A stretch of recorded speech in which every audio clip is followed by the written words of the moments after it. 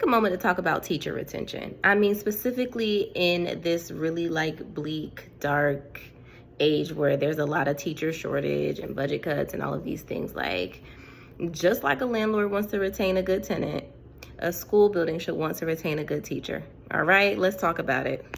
I guess quite anybody can go to school to be a teacher, but to be a good teacher or a teacher that has hella potential, you know, you want to be able to keep them in your vicinity, in your building. And please don't act all high and mighty.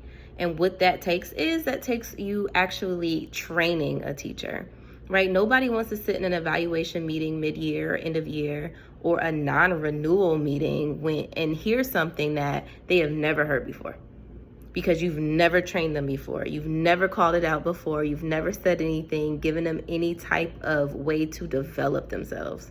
This happens time and time again, where you just throw somebody in there, go ahead and make it happen, when like teachers need to be developed, and not just that one and done teacher PD that we did, implement it and then go. Because a lot of times we're not even following up on what we're asking to be implemented. It's just like, okay, remember it, do it, see you later, bye.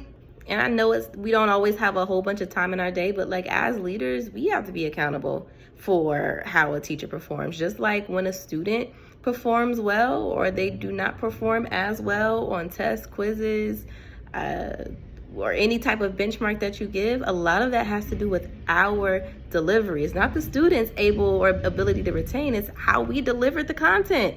So if we're doing a reteach in a classroom, that's because we took a misstep. It's the same thing when a teacher is not doing everything or all of the things that they are supposed to be doing, or those key indicators to be successful. It's because we have not really implemented it, whether it is teaching them or training them or implementing practice sessions in their coaching sessions.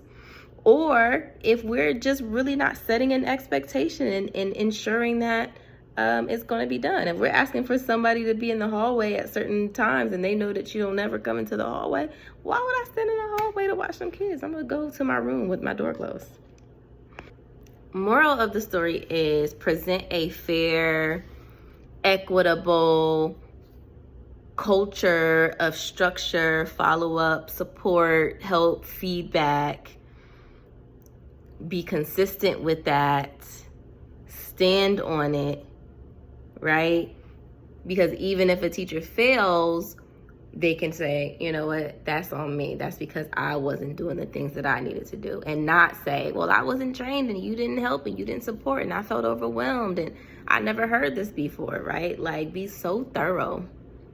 Be so thorough in how you move in your building and intentional. That there's no discussion, right? Like, that the onus is all like, that's on me.